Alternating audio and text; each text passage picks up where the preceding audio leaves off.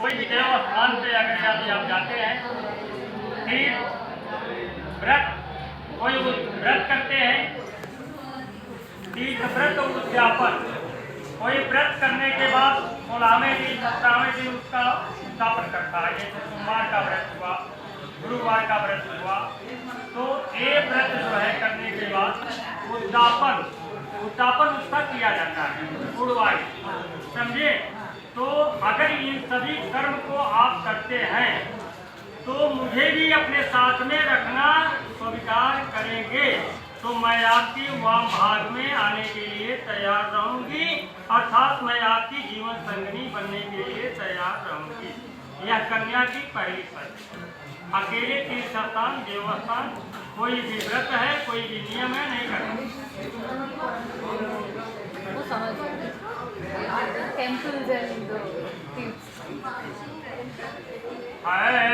प्रदान रमरान प्रेम काव्य प्रदान यदि पूजये था वामांग मायामी तदा त्वदीयं जगादिकन्या वचनम द्वितीयं। दूसरे वचन में कन्या क्या शर्त रख रही है? देवताओं की यदि आप पूजा पाठ करते हैं, उनका हवन करते हैं और पितरों की पूजा करते समय आप जो है पिंड दान करते हैं, गंगा स्थानों पर जाते हैं, उस स्थानों पर जाकर के जो है आप जो है अगर करते हैं तो मुझे भी अपने साथ में रखना स्वीकार करना पड़ेगा। यदि आप हमारी शर्त को स्वीकार करेंगे तो मैं आपके वाम भाग में आऊंगी, अर्थात मैं आपकी पत्नी बनने के लिए तैयार रहूंगी। यह कन्या की दूसरी शर्त है।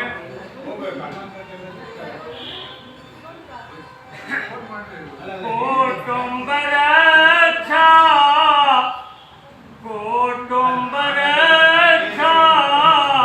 उहारणं यदि त्वं पशूनां परिपालन च वामांग मायामी तदा त्वदीयं जगादिकन्या वचनं तृतीयं। तीसरे वचन में क्या शर्त रख रही है वर से? हे स्वामी,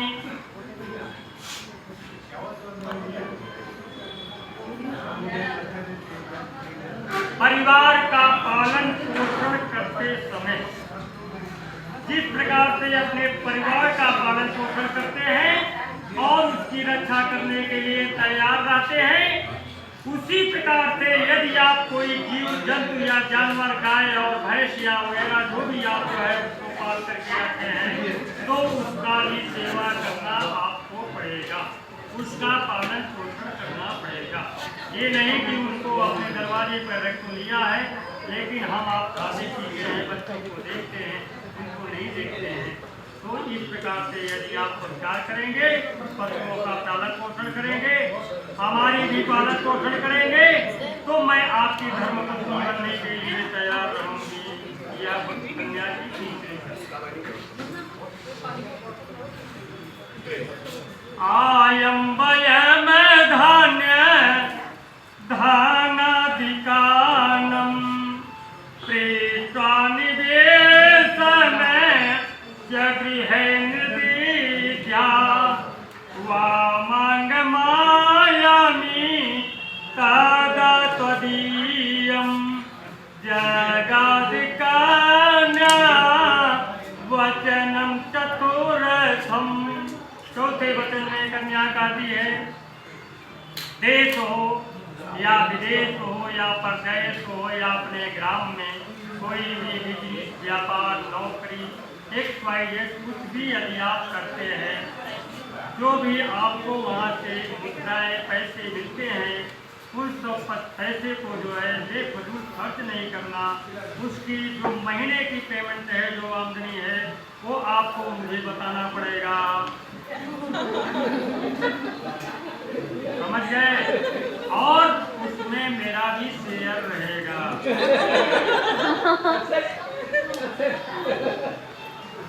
मैं आपकी धर्मपत्नी बनूंगी, अन्यथा हमारी आपकी बिगाड़ोगी। समझ गए?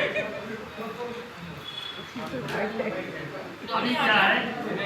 देवालयारा में तड़ाग कूपम वापि वृद्धिद्या यदि पूजयेथा वामंग मायामि तदा त्वदीयं जगदिकन्या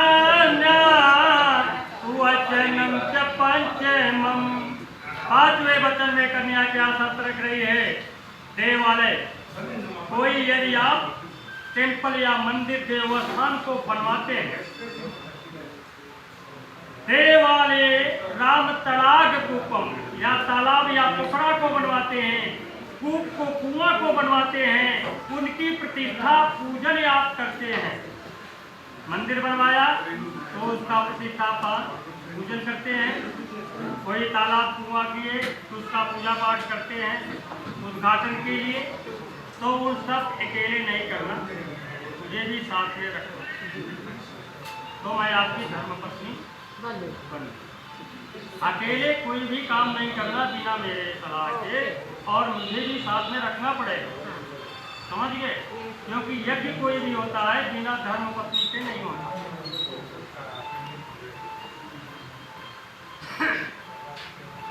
देशांतरे वा स्वापुरांतरे वा वापि विधिद्या कर विक्रये त्वं वामंग मायामि तदा त्वदीयं जगदिकन्या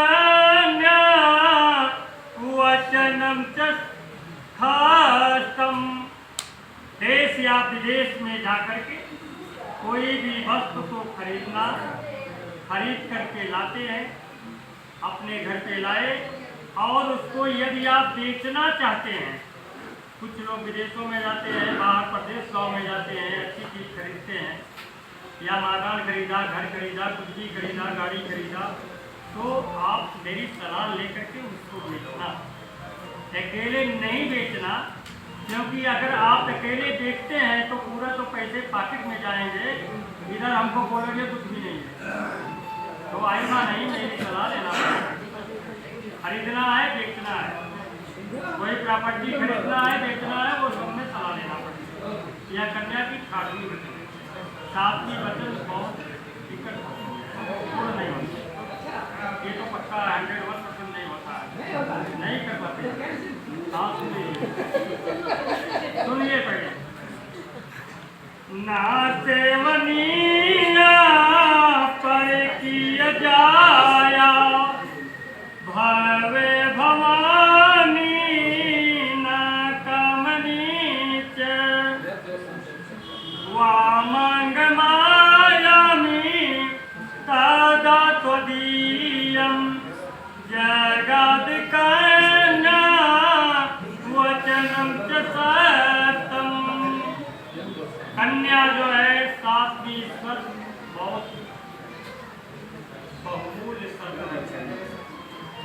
भाई को उसको अगर नहीं मानता है तो सबको छोड़ देगा तो चलेगा, लेकिन वो छोड़ दिया तो नहीं।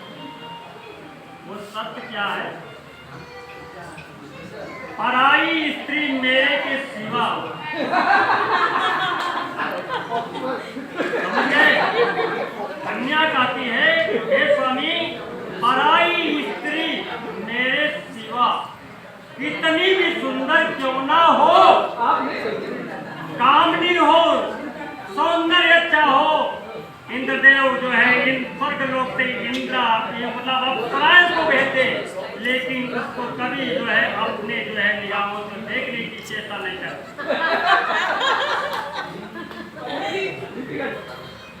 समझ गए? लेकिन जो है अगर आप ऐसा करते हैं तो मैं जो है आपकी पत्नी बनने के लिए तैयार नहीं रहूंगी।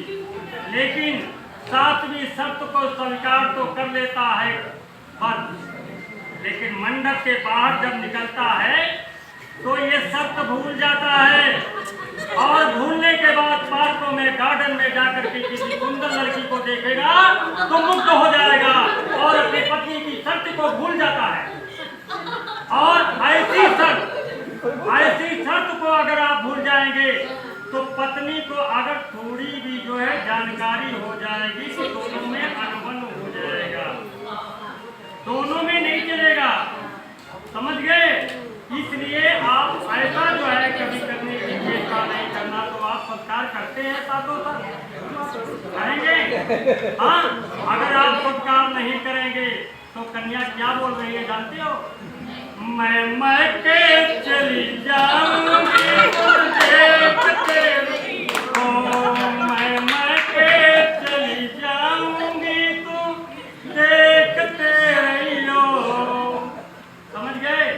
आपको ये शर्त मानना पड़ेगा, लेकिन कन्या की शर्त को सुन करके वर भी अपनी शर्त रखा है।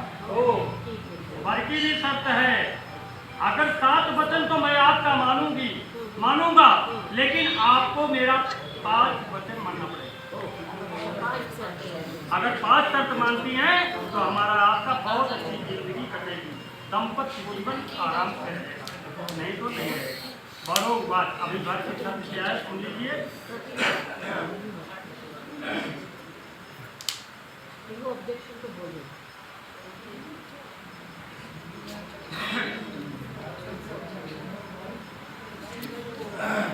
फर्क क्या आता है? पहले शब्द क्या है?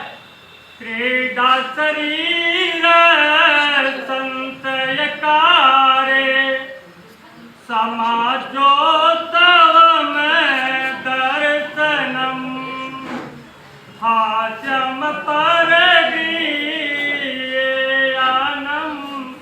त्यजेत प्रोसित भातिका। फर्क आता है हमारी शर्त सुनिए, मेरे होने वाले धर्मपत्नी पतिव्रता, आप सुनिए, जब तक मैं विदेश में रहूं या परदेश में रहूं या मैं घर पे ना रहूं तो अपने शरीर का श्रृंगार कभी नहीं करना। उपटन, तेल, श्रृंगार आइटम जो भी जो है डिकोरेशन करना होता है वो आपको नहीं करना होगा, क्योंकि ये जो श्रृंगार होता है, कपड़े वपड़े पहनने की बात छोड़ो, जो श्रृंगार करते हैं सिर्फ वनली अपने पति के लिए करते हैं, ये दिखावटी नहीं होती है। आजकल तो बच्चे लोग स्कूलों में जा रहे हैं श्रृंगार करके, वो क्या है? वही गलत हो रहा है, समझ गए।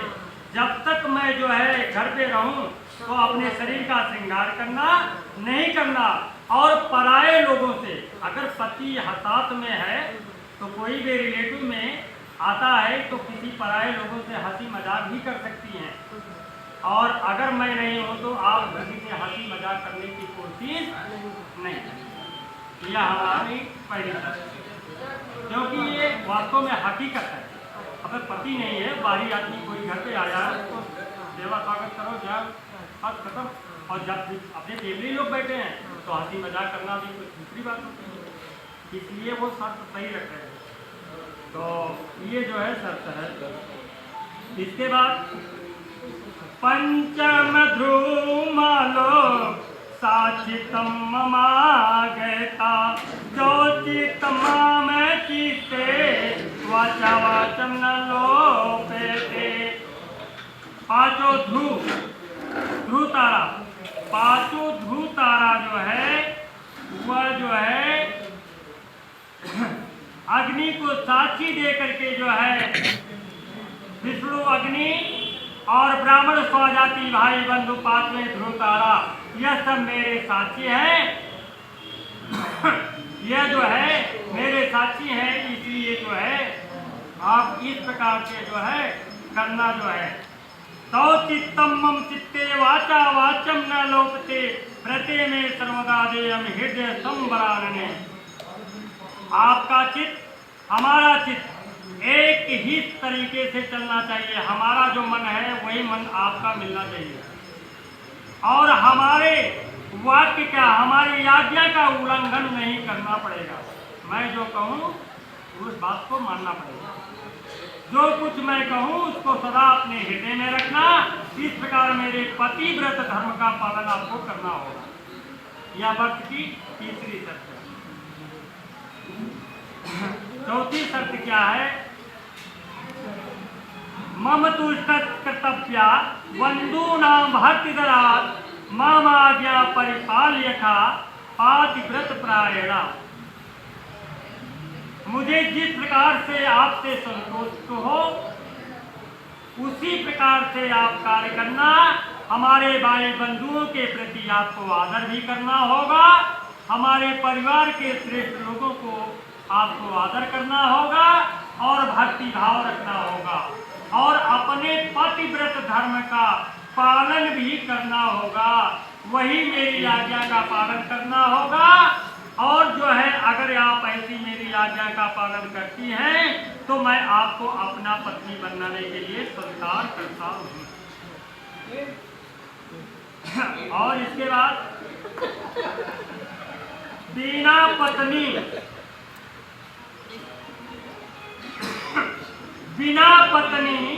कथम धर्म आश्रम प्रवर्ते तस्मात् मम विश्वता भवामांगमणि। और बिना पत्नी के गृहस्थ आश्रम का धर्म का पालन नहीं हो सकता है। अतः तुम मेरी विश्वास पात्र बनो। अब तुम मेरी वामांगनी बनो। यदि तुम मेरे मन के अनुसार चलोगी, मेरी आज्ञा का पालन करोगी तो हमारा आपका संपत्ति जीवन सुख में रहेगा और मैं आपकी सात शर्त को स्वीकार करने के लिए तैयार रहूंगा। इसके बाद क्या है? बाकी भी कुछ एक और शब्द ऐसे है। ओ दान माद पाने राजा द्वार पीता गृह। ओ दान माद पाने राजा द्वार पीता गृह। मम आज्ञा गंतव्य पतिव्रत धर्म परायणा। उद्याने फर्क आता है बगीचे में।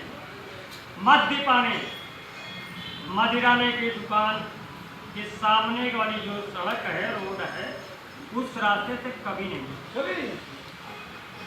क्यों मैं बताऊं कि मर्दों की बात छोड़ो, औरतें अगर मदिराने की दुकान के सामने से जाते हैं तो कितने बदतमीज वहाँ पी करके खड़े रहते और उनको बदतमीजी करने की कभी भी जागरूक हो जाती है और वो कुछ भी कर जाएंगे तो आपको कोई दिक्कत हो जाएगी। इसलिए उस रास्ते से छोड़ करके दूसरे रास्ते जाना, ये औरतों के लिए। उद्याने मद्यपाने राजद्वारे पिता के।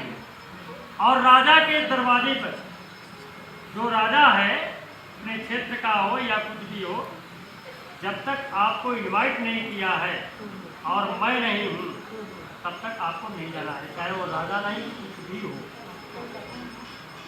और कभी कभी जब पति पत्नी में कुछ तनाव आ जाते हैं तो नज़दीक में अगर कुछ अपना उसका मायके रहता है कन्या का, तो कभी कभी देख लटकाई चल देती है मन से। तो उनका कहना ये है कि हमारे आपके बीच में झगड़े लड़ाई कुछ न कुछ होते रहते हैं, आपसी प्रेम व्यवहार भी होता है, लड़ाई भी होता है। इस प्रकार से राजा के दरवाजे और अपने मायके कभी भी बिना से नहीं जाना, बिना आज्ञा का नहीं जाना। और अगर वो बुलवाते हैं, वो आते हैं ले जाते हैं आपको, तो आराम से आप जा सकते हैं। और नहीं, जब हमारा आपका झगड़ा झंझट होगा, कुछ भी होगा, लड़ाई झगड़ी होगी, तो आप जब उठाएंगे एक मायके चली जाएंगी तो आपके माँ बाप तो ठीक है, माँ बाप हैं ठीक है, भाई भाभी और परिवार के लोग आपसे नफरत करना शुरू कर देंगे। इसलिए प्रेम भाव में बिगाड़ हो जाएगा। इसलिए मेरी आज्ञा का आपको जाना नहीं है। कोई भी तकलीफ है तो मेरी बात को मानना। ये बातें